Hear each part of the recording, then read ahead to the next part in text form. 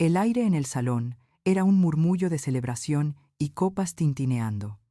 El aroma dulce del éxito mezclado con la ligereza del prosecco. Vendí la cadena de hoteles, una vida de trabajo, por 47 millones de reales. Y en esa misma semana abrí la fundación en nombre de mi difunto esposo. Un sueño largamente acariciado. Era una noche de triunfo. O eso creía yo. Hasta que la mano temblorosa de una camarera se posó en mi brazo, susurrando una advertencia que heló la sangre en mis venas. Me dijo que no bebiera el jugo de maracuyá que mi propia hija, Larisa, acababa de dejar en mi mesa. La mirada de la joven sirvienta llena de un temor que no entendí en ese instante. ¿Quién podría querer dañarme en un momento tan dulce? Me pregunté. ¿Qué oscuridad podía acechar detrás de la sonrisa de mi propia carne y sangre?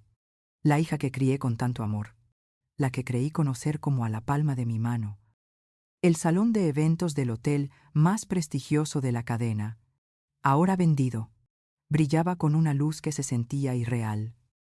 Candelabros de cristal, manteles inmaculados, la élite de la ciudad brindando por mi éxito, por mi generosidad.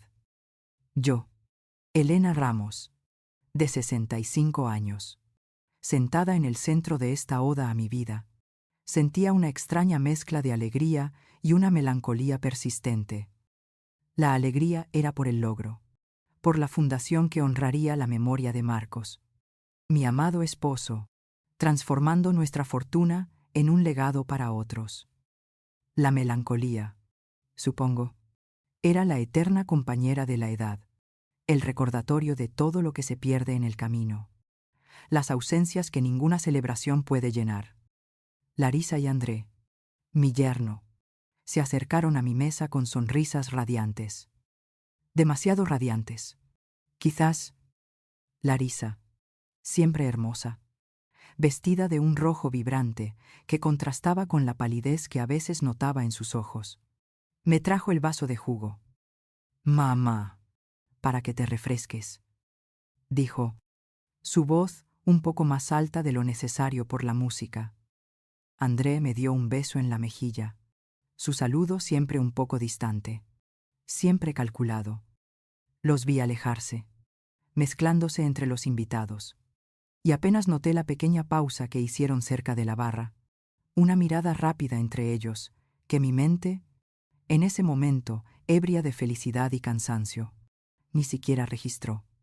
Fue entonces cuando Ana, la joven camarera, me tocó. Sus ojos, grandes y asustados, se clavaron en los míos. «Señora Ramos», susurró, su voz apenas audible sobre el bullicio. «No beba eso. Por favor, no lo haga». Mi ceño se frunció. «¿De qué hablas, querida?», pregunté, mi tono suave, pensando que quizás estaba confundida, nerviosa por el evento.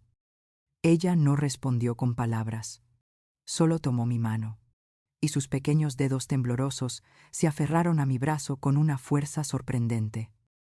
Con una mirada rápida hacia donde se habían ido Larisa y André, luego hacia el vaso de jugo, me imploró con sus ojos. Lo vi. Vi cuando la señorita Larisa lo preparó. Y vi lo que le puso. Mi corazón dio un vuelco. Una punzada de incredulidad me atravesó. Una risa ahogada que nunca llegó a mis labios. Larisa, mi hija, la luz de mis ojos, la única heredera de mi sangre. No, era imposible. Pero los ojos de Ana eran tan sinceros, tan llenos de pavor. «¿Qué fue lo que viste, Ana?», le pregunté, mi voz, ahora un hilo de temor. Ella se encogió, apenas moviendo los labios. «Una pastilla, señora». La trituró en la servilleta y la puso en su vaso. Eran como 2 pastillas grandes. Lo juro. El mundo alrededor se desdibujó. La música, las risas, las voces, todo se convirtió en un eco lejano. Mi mirada se posó en el vaso, el jugo de maracuyá tan inocente, tan amarillo, tan dulce. ahora un recipiente de una amenaza incomprensible. La mente me gritaba que era un error, una confusión, una locura. Pero el instinto, esa voz ancestral que nos ha mantenido vivos a través de los siglos, me susurraba una verdad aterradora. ¿Quién podría desear la muerte de su propia madre? ¿Por qué? ¿Qué abismo de desesperación o maldad podría llevar a tal acto? Los días que siguieron a esa noche fueron un torbellino de incredulidad y dolor, un descenso a un infierno personal que nunca supe que existía. La advertencia de Ana, la joven camarera de ojos asustados, resonaba en mi cabeza como una campana fúnebre. No era solo la amenaza a mi vida lo que me desgarraba, sino la idea insoportable de que mi propia hija, Larisa, la hubiera orquestado. Mi mente se negaba a aceptarlo, pero mi corazón, ese músculo que ahora se sentía pesado y enfermo, ya conocía una verdad oscura. Seguí las instrucciones de Ana. Le dije que actuara con normalidad, que regresara a la cocina y que guardara una muestra del jugo en un recipiente seguro. Ella lo hizo, con la misma determinación silenciosa que me había salvado. Fingí un malestar. Me disculpé con los invitados y me retiré a mi suite, el vaso de jugo intacto en mi mano. Esa noche, en la soledad de mi habitación, contemplé el líquido, tan vibrante y dulce en apariencia, ahora un símbolo de traición. Al día siguiente, con el amanecer aún tierno, mi primera llamada fue a mi abogado de toda la vida, un hombre de confianza, Ricardo Almeida.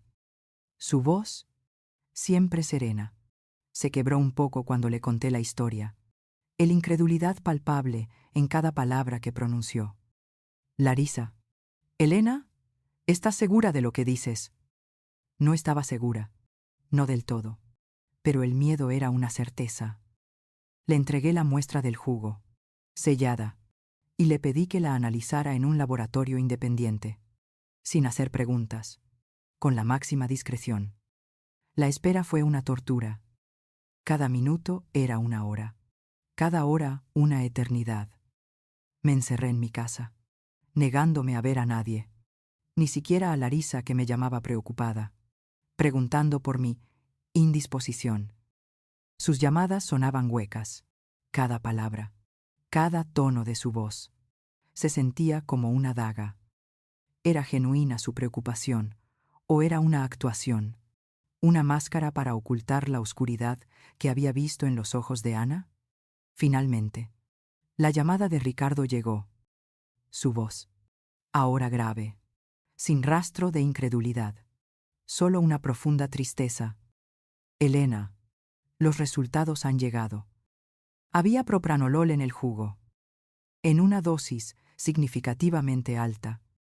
Podría haberte causado un paro cardíaco, simulando una causa natural.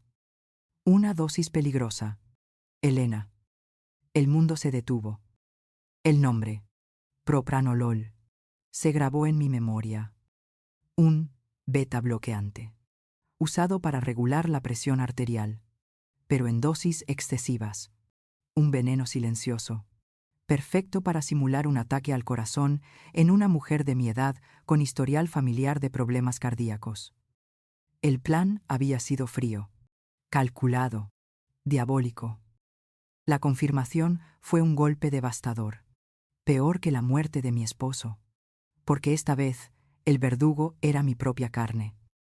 El dolor físico que a veces sentía en el pecho, pensé, era mi corazón roto. Pero era más que eso. Era la aniquilación de la confianza, la destrucción de la familia, la pérdida de todo lo que creía conocer. Ricardo y yo nos reunimos en su oficina, un lugar que antes me había traído consuelo y seguridad, ahora teñido de una tristeza inconmensurable. ¿Qué hacemos ahora, Ricardo? Pregunté, mi voz apenas un susurro. Él me miró con compasión. Necesitamos pruebas, Elena, pruebas irrefutables. Y necesitamos a alguien que sepa cómo encontrarlas. Alguien discreto, implacable.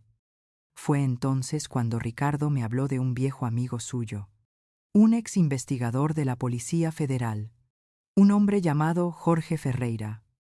Jorge era un fantasma, una sombra, capaz de desentrañar los secretos más oscuros sin dejar rastro. Su reputación era legendaria. Me resistí al principio.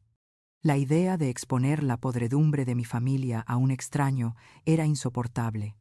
Pero Ricardo me convenció de que era el único camino si quería entender la magnitud de la traición y protegerme de futuras amenazas. Conocí a Jorge en un café discreto, lejos de miradas curiosas. Era un hombre de mediana edad, de mirada penetrante y maneras tranquilas, pero con una energía subyacente que lo hacía parecer un depredador en reposo.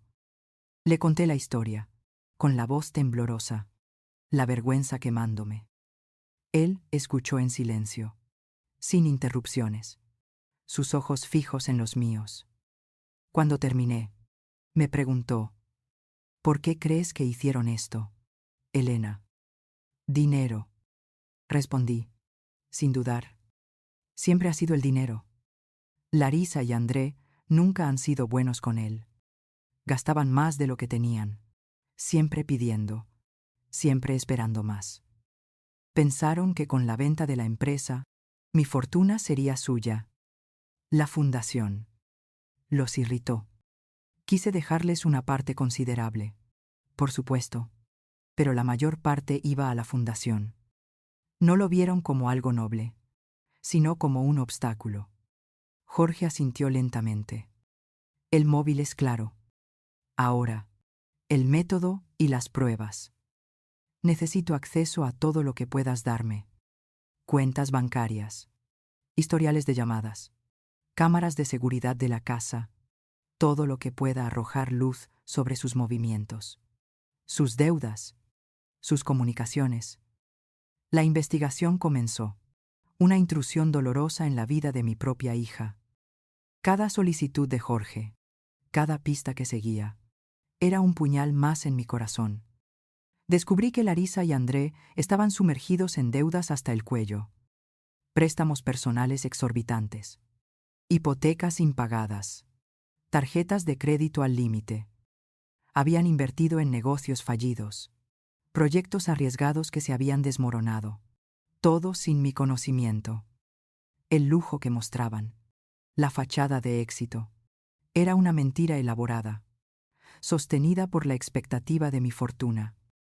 Jorge desenterró un historial de búsquedas sospechosas en el ordenador de André. Dosis letal propranolol. Cómo simular ataque al corazón. Drogas que no dejan rastro.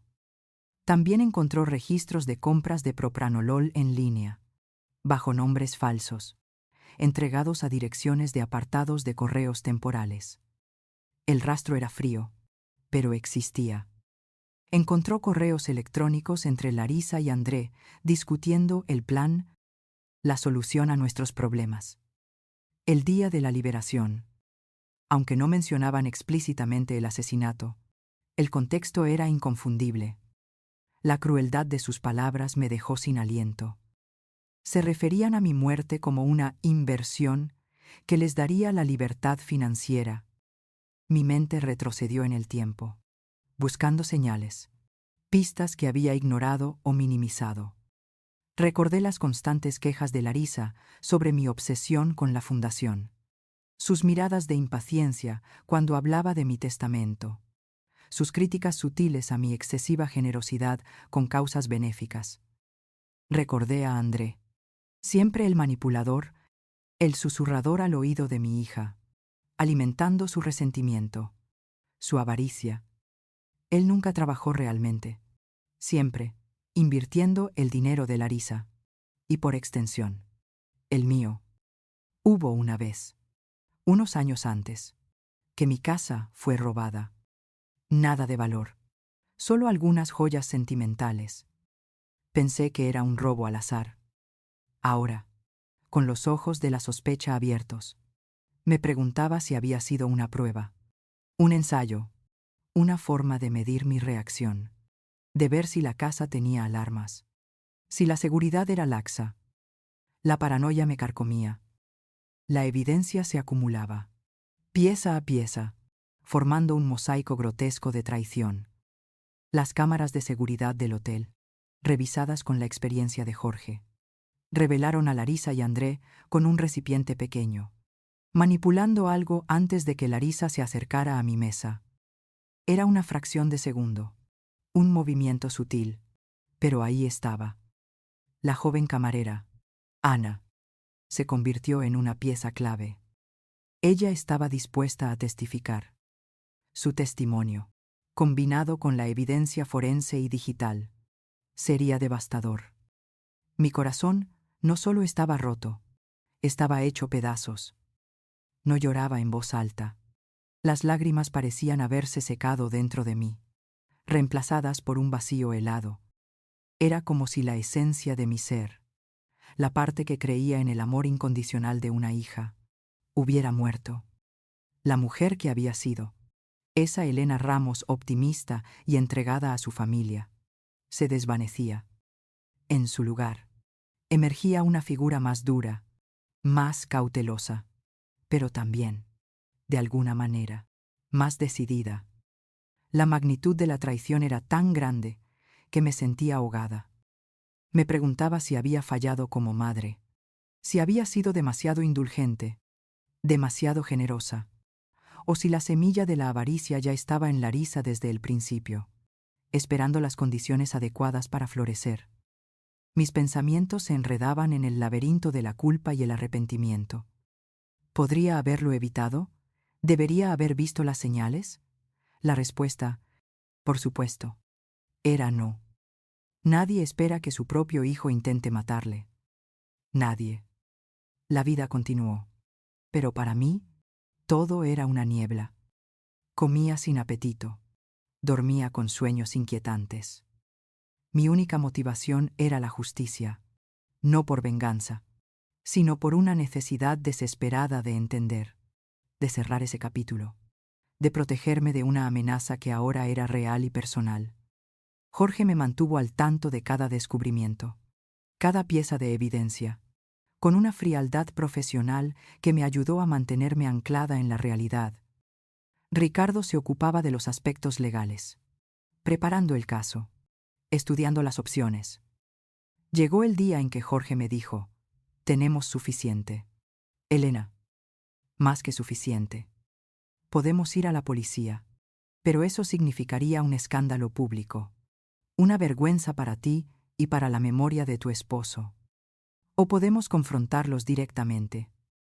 La idea de la confrontación me aterrorizaba y me atraía a la vez. Quería ver sus caras.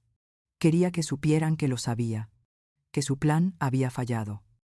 Quería una explicación, aunque sabía que ninguna explicación justificaría lo injustificable.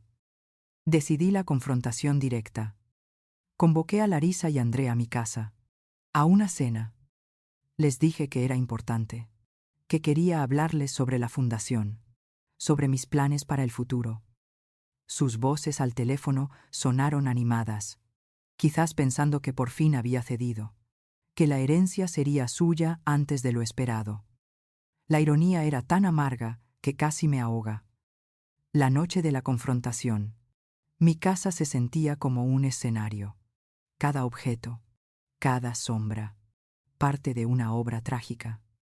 Ricardo y Jorge estaban en la casa, escondidos, listos para intervenir si era necesario. Me senté en el comedor, la mesa puesta con porcelana fina, como si fuera una cena normal. Mi corazón latía con fuerza contra mis costillas.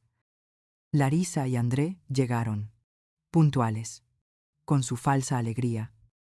Larisa llevaba un vestido que yo le había regalado, su sonrisa maquillada, sus ojos. Por un momento, se encontraron con los míos. «¿Cómo te sientes?» «Mamá», nos tenías preocupados. Su voz era melosa, empalagosa. André me dio un abrazo breve, su mano palmeando mi espalda con lo que ahora me parecía un gesto cínico. «Me siento mucho mejor. Gracias», respondí, mi voz sorprendentemente firme. «De hecho, me siento más lúcida que nunca. Y he descubierto algunas cosas que quiero compartir con ustedes». Sus sonrisas se tensaron. El ambiente en la habitación cambió. La temperatura pareció bajar varios grados. Los ojos de Larisa se hicieron pequeños. André frunció el ceño. ¿De qué hablas? Mamá, preguntó Larisa. Su tono ya no tan dulce. Hablo del jugo de maracuyá que me trajiste en la fiesta de la fundación. Dije, mi mirada fija en ella. Su rostro palideció. La sangre se le escapó del rostro, dejándola con una blancura cadavérica. André se puso rígido. Sus ojos se movieron rápidamente entre Larisa y yo, buscando una salida, una negación. No sé de qué hablas, tartamudeó Larisa, su voz estrangulada. Oh, sí que lo sabes, mi querida hija. Continué, levantando una mano para detener cualquier interrupción. Hablo de las 2 pastillas de propranolol que trituraste en la servilleta y que metiste en mi vaso. Hablo de tu intención de causarme un paro cardíaco, para que pareciera natural.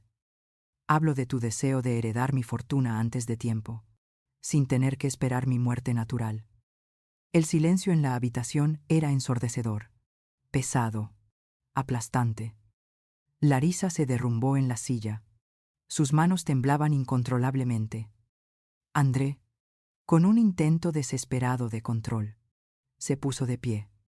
Elena, estás delirando. Estás loca. ¿Cómo puedes decir algo así? Tu propia hija. No estoy loca, André, respondí, mi voz gélida. Tengo pruebas. El jugo fue analizado. Sé exactamente lo que contenía. Y tengo testigos. Y tengo más. Hice una señal. Ricardo y Jorge salieron de la biblioteca, sus presencias imponentes en el ambiente cargado. Los ojos de Larisa se abrieron con terror al ver a Jorge, el exinvestigador de la policía. Sabía que no había vuelta atrás. André, viendo a los hombres, al abogado y al ex policía, supo que su fachada se había desmoronado. El miedo se apoderó de él, pero también la rabia. Esto es una trampa, escupió, su voz llena de veneno. No tienes nada. Jorge se acercó a la mesa, colocando una carpeta gruesa frente a ellos. Tenemos historiales de búsqueda, señor André. Búsquedas sobre cómo usar propranolol para causar ataques al corazón. Tenemos registros de compras anónimas de la droga. Tenemos correos electrónicos. Señora Larisa, donde usted y su esposo discuten el plan, sus deudas, sus soluciones. Tenemos grabaciones de audio y video de su comportamiento sospechoso en la fiesta. Y tenemos el testimonio de la camarera que los vio. Larisa sollozó. Su cuerpo temblaba. Se veía pequeña, derrotada, no como la mujer segura y ambiciosa que pretendía ser. André, en cambio, se puso de pie, su rostro rojo de furia y humillación. Esto es una farsa. No lo hicimos. No tienen nada. Ricardo, con su voz calmada pero autoritaria, intervino. Tenemos más que suficiente para enviarlos a prisión por intento de homicidio. Señor André, el castigo en Brasil para este delito es de hasta 20 años. Y la señora Ramos está dispuesta a presentar cargos. A menos que, por supuesto, haya otra solución. Los ojos de André se clavaron en Ricardo, buscando una fisura, una debilidad. Larisa levantó la cabeza. Sus ojos suplicantes se encontraron con los míos. Mamá, por favor, no lo hagas.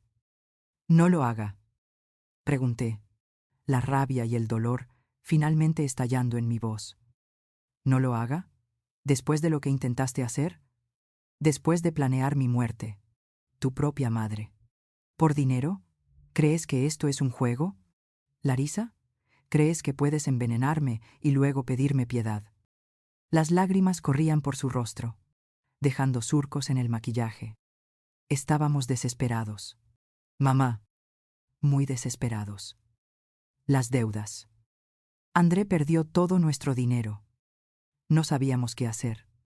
La desesperación no justifica el asesinato, replicó Jorge con frialdad. Ricardo les presentó la propuesta.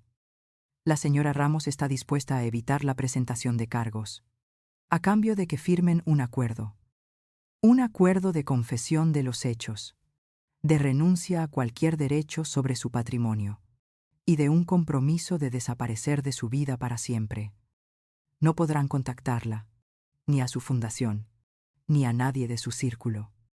Si lo hacen, la evidencia será entregada a las autoridades de inmediato.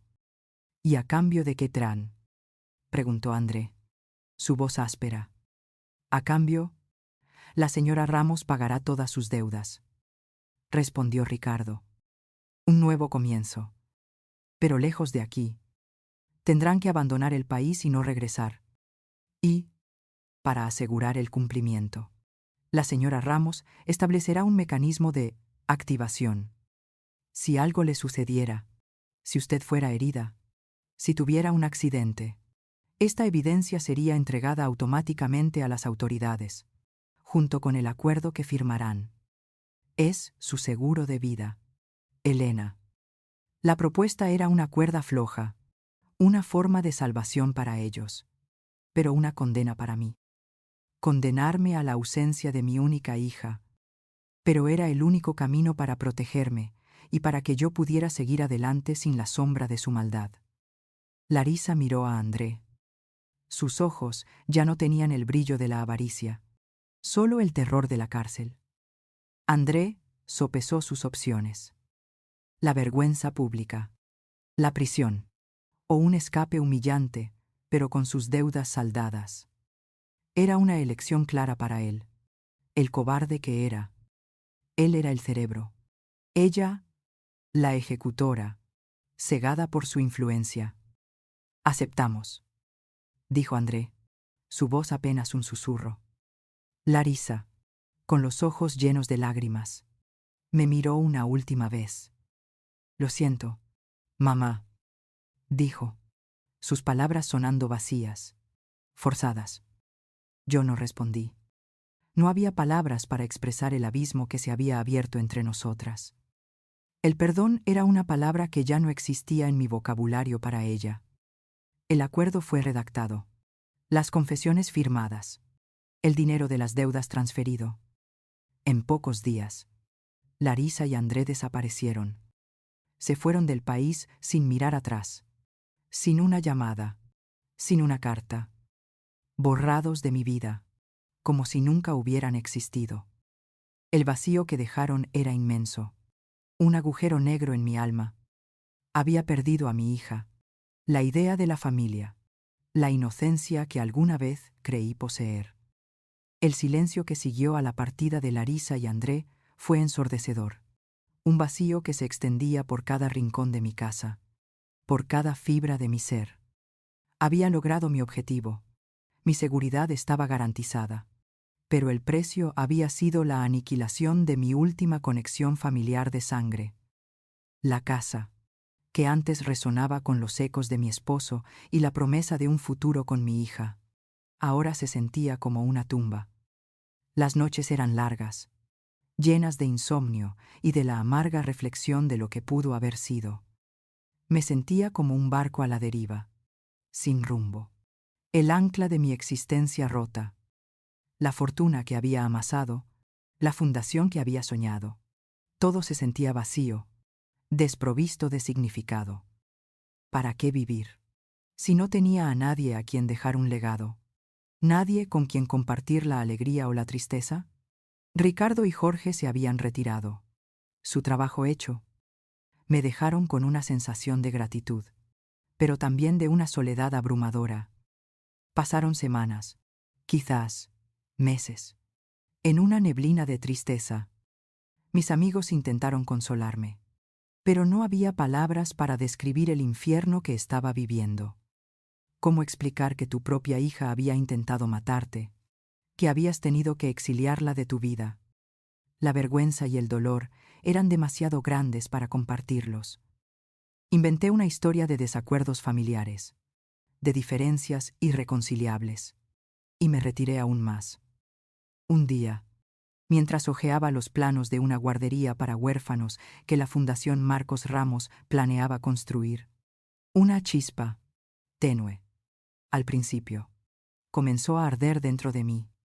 Los niños, esos pequeños seres inocentes, sin culpa, sin maldad, que necesitaban amor y oportunidades. Mi esposo siempre había soñado con ayudar a los desfavorecidos. La fundación era su legado, mi promesa a él. No podía dejar que la oscuridad de Larisa y André apagara la luz que habíamos encendido juntos.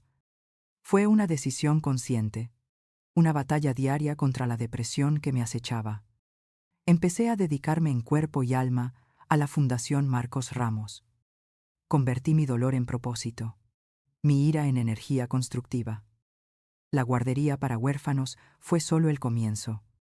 Abrimos un programa de becas para estudiantes sobresalientes de bajos recursos, un centro de capacitación vocacional para jóvenes sin oportunidades y una clínica de salud en una de las favelas más pobres de la ciudad.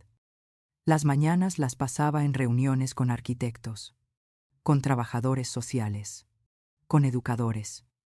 Las tardes, visitando las obras, hablando con los beneficiarios, viendo con mis propios ojos cómo la semilla de la generosidad germinaba en sonrisas, en nuevas esperanzas, en futuros brillantes. Cada vez que un niño me abrazaba, cada vez que un joven me agradecía por la oportunidad, sentía que una pequeña parte de mi corazón, esa parte que creía muerta, comenzaba a sanar. Conocí a Ana, la camarera que me había salvado. En una de las inauguraciones, había usado parte del dinero que le di para estudiar. Ahora estaba a punto de graduarse de una carrera técnica, lista para un futuro que la Fundación había ayudado a hacer posible. Su sonrisa sincera, sus ojos llenos de gratitud, fueron un bálsamo para mi alma. Ella, una extraña, había mostrado más amor y lealtad que mi propia hija. El trabajo en la Fundación se convirtió en mi nueva familia, mi razón de ser. Aprendí a canalizar mi energía en algo positivo, a transformar el veneno de la traición en un néctar de compasión. Mis días estaban llenos de significado, mi mente ocupada con proyectos. Mi corazón, aunque marcado, comenzaba a latir con un nuevo ritmo. Todavía sentía el aguijón de la soledad en las noches silenciosas, pero ahora venía acompañado de una sensación de propósito, de haber encontrado un lugar en el mundo donde mi dolor podía ser útil. Los años pasaron. La Fundación Marcos Ramos creció, expandiendo su alcance, tocando innumerables vidas. Yo, Elena Ramos, ya no era solo la viuda del exitoso empresario, ni la empresaria que había vendido su cadena. Era la mujer detrás de una de las organizaciones benéficas más respetadas del país, la arquitecta de futuros, la guardiana de esperanzas. Mi cabello se había vuelto completamente blanco, pero mis ojos, aunque todavía llevaban la sombra de viejas cicatrices, brillaban con una nueva determinación. Un día, mientras asistía a una conferencia sobre avances médicos organizada por la Fundación, mi camino se cruzó con el de una joven.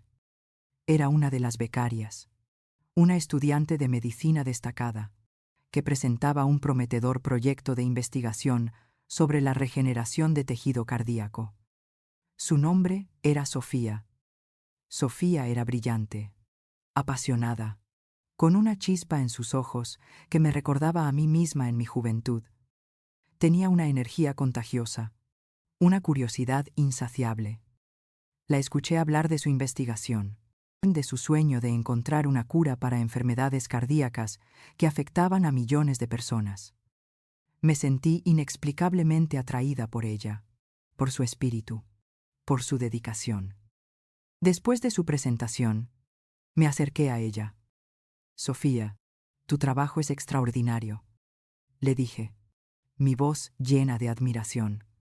«Me gustaría saber más sobre tu proyecto». Ella se sonrojó, su sonrisa radiante. «Gracias, señora Ramos. Es un honor». Empezamos a reunirnos con frecuencia. Hablábamos de su investigación, de sus desafíos, de sus esperanzas. Descubrí que había sido criada por una familia adoptiva, gente maravillosa que la había apoyado en cada paso de su camino. Hablaba de ellos con un amor y una gratitud profundos. Compartió que no conocía a sus padres biológicos. Solo sabía que su madre biológica la había dado en adopción cuando era muy joven, a los 17 años, y que había sido un secreto guardado por su familia adoptiva hasta que ella fue adulta. Cada vez que hablaba de su historia, una extraña punzada me atravesaba. Había algo en su forma de ser, en sus gestos, en la forma en que movía su mano al hablar, que me resultaba inquietantemente familiar. Era como ver un reflejo, un eco distante. Pero lo atribuí a mi imaginación, a mi deseo de tener una familia, un vínculo. Un día, mientras hablábamos sobre el apoyo de la Fundación a su investigación, ella mencionó un detalle. Mi madre biológica me dio en adopción muy joven. Tenía solo 17 años. Y se llamaba Larisa. Era su segundo nombre. Ella me lo dijo, aunque no usaba mucho. Siempre fue como un misterio para mí. ¿Quién era ella? ¿Por qué lo hizo? La única foto que tengo es una pequeña imagen de ella, de cuando era una adolescente. El mundo giró a mi alrededor. Larisa, mi Larisa. Mi hija había tenido una hija, una nieta a la que había abandonado. La foto que me mostró Sofía era de Larisa, de mi hija, cuando tenía 17 años. La misma Larisa, el mismo brillo en los ojos, aunque en la foto de la juventud, ese brillo aún no había sido empañado por la avaricia. Mi voz tembló. Sofía. Espera. El segundo nombre de mi hija, mi única hija, también era Larisa. Y ella tuvo 17 años en el año en que tú naciste. Por favor, ¿podrías darme más detalles sobre tu nacimiento? La fecha, el hospital, cualquier cosa que recuerdes o que tu familia adoptiva te haya contado. Sofía, viendo mi angustia y mi incredulidad, compartió todos los detalles que conocía. Y pieza por pieza, la historia se armó. Un rompecabezas de dolor y coincidencia.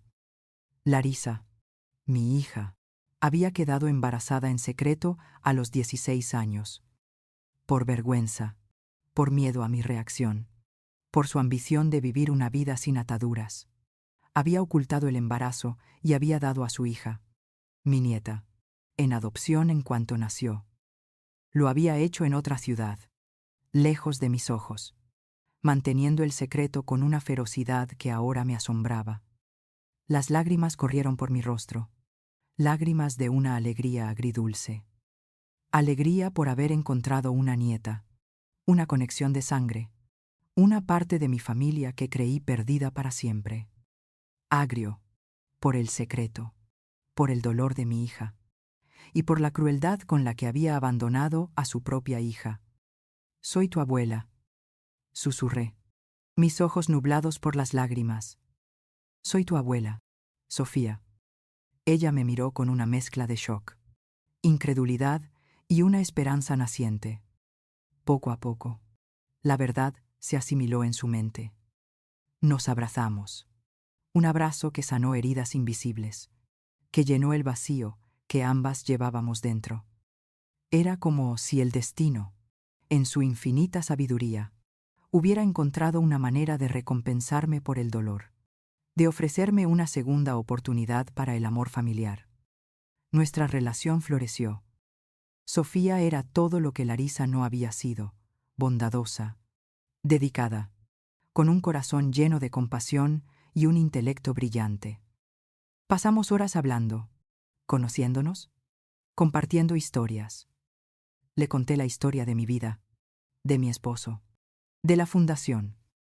Omití, por supuesto, la parte oscura de Larisa y André, la traición.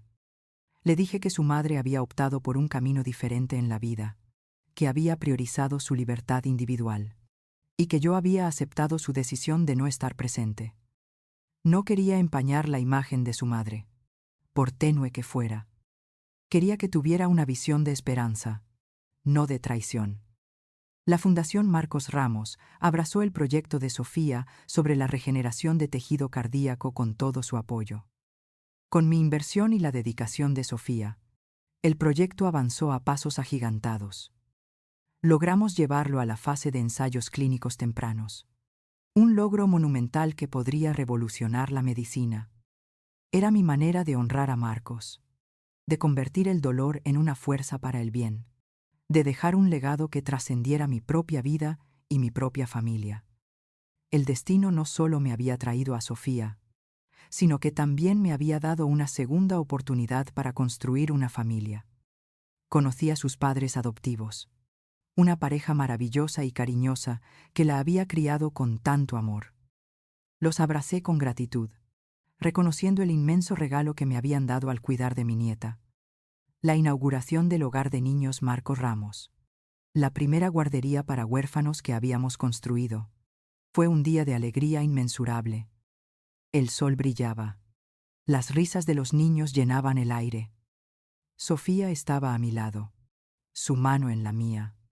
Sus padres adoptivos también estaban presentes, parte de esta nueva y expandida familia que había encontrado.